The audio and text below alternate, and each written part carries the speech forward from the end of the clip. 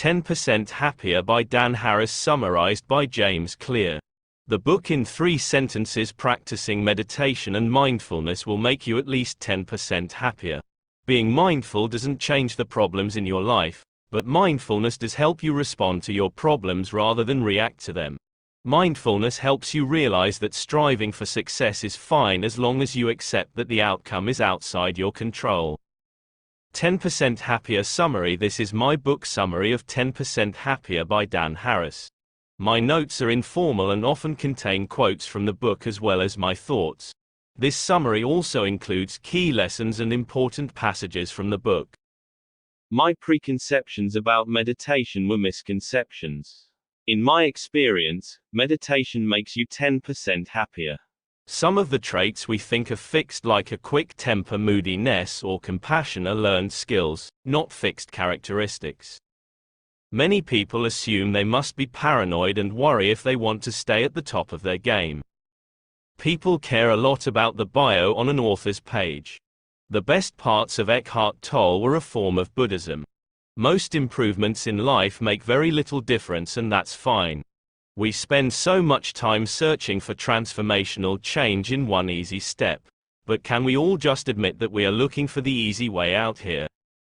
Just because you can't change everything at once doesn't mean you can't get better. In many cases, most cases, you are only going to see a very small increase from each action. One workout builds a very small amount of muscle. That is what is to be expected. You're not doing it wrong if you get very tiny results. Most strategies deliver tiny results and require consistency over a long period. In the book, Harris comments on therapy only working a little bit. The limit isn't your therapist. The limit is therapy itself. It makes a small difference, but it still makes a difference. The key is to embrace these daily marginal gains rather than dismiss them because they are small. Meditation is like doing focused reps for your mind. Focus on the breath, lose your focus, bring it back to the breath, repeat. This is the whole game. Keep bringing your mind back to the breath. How to meditate: sit somewhere comfortable, keep a straight spine, focus on a spot, and bring your focus back to your breath whenever you lose it. Meditation helps you shut down your monkey mind for a moment. We have 3 habitual responses to everything we experience. 1. We want it. 2. We reject it. 3. We zone out. Mindfulness is a 4th response. Viewing what happens in the world without an emotional response about it. Mindfulness represents an alternative to living reactively. Interesting self-sabotage insight. Many people worry that if they meditate they will lose their edge and no longer be competitive or driven. When you squelch something, you give it power. Ignorance is not bliss. You should not run from your problems and pain. You should acknowledge them. The RAIN technique for meditation: recognize, allow, investigate, non-identification. 1. Recognize, acknowledge your feelings. 2. Allow, where you lean into the pain. Let the pain be. 3. Investigate, check out how the situation is impacting your body. Is my face hot? Is my back tight? Etc. 4. Non-identification. Realize that just because you feel pain or frustration or guilt or anger right now does not mean you are an angry or broken person.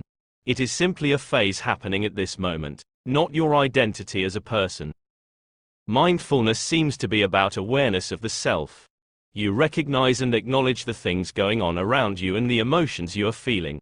Rather than let the emotion drive everything, you step outside of it and see it from afar. Being mindful doesn't change the problems in your life. You still need to take action, but the key is that mindfulness allows you to respond rather than react to the problems in your life. Hedonic adaptation: the observed tendency of humans to quickly return to a relatively stable level of happiness despite major positive or negative events or life changes. A simple question to ask yourself when you're worrying: is this useful? I do meditation because it makes me 10% happier. Everything we experience in this world goes through one filter, our minds, and we spend very little time bothering to see how it works. Meditation will make you more resilient, but it is not a cure-all that fixes your problems or relieves all stress in your life. One Harvard study shows that gray matter grows in meditators. This is known as neuroplasticity. Scientists have developed a term for the consequence of all our multitasking: continuous partial attention. The Dalai Lama has a theory on selfishness. We should strive to be wise selfish rather than foolish selfish. Foolish selfishness is when you focus on self-centered and shallow activities.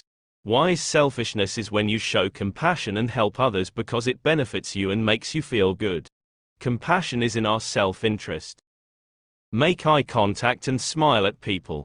This simple habit will make you feel more connected and much better each day. When police officers or first responders are interviewed about how and why they acted in a particular way during an emergency, they often say, "My training kicked in." I like this idea of training yourself to be mindful, aware, compassionate, and so on. These are traits that can be trained and then will automatically reveal themselves when needed, assuming you've practiced enough. Don't confuse letting go with going soft. Just because you're aware of what is going on and being mindful of it does not mean you just let things go when you can take action on them and improve. The way to respond to adversity is often to work through it, not to avoid it altogether in the name of acting Zen. Striving for success is fine as long as you realize that the outcome is not under your control. Be as ambitious as possible, but let go of the result. This makes it easier for you to be resilient and bounce back if the result is poor. Buddhism is advanced common sense. It requires you to analyze simple fundamentals until a deeper understanding is achieved. 10 Buddhist principles for the modern worker. 1. Don't be a jerk. 2. When necessary, hide the Zen. 3. Meditate. 4. The price of security is insecurity until it's not useful. 5. Equanimity is not the enemy of creativity. 6. Don't force it. 7. Humility prevents humiliation. 8. Go easy with the internal cattle prod. 9. Non-attachment to results. 10. Ask, what matters most? Meditation is the superpower that makes all the other precepts possible.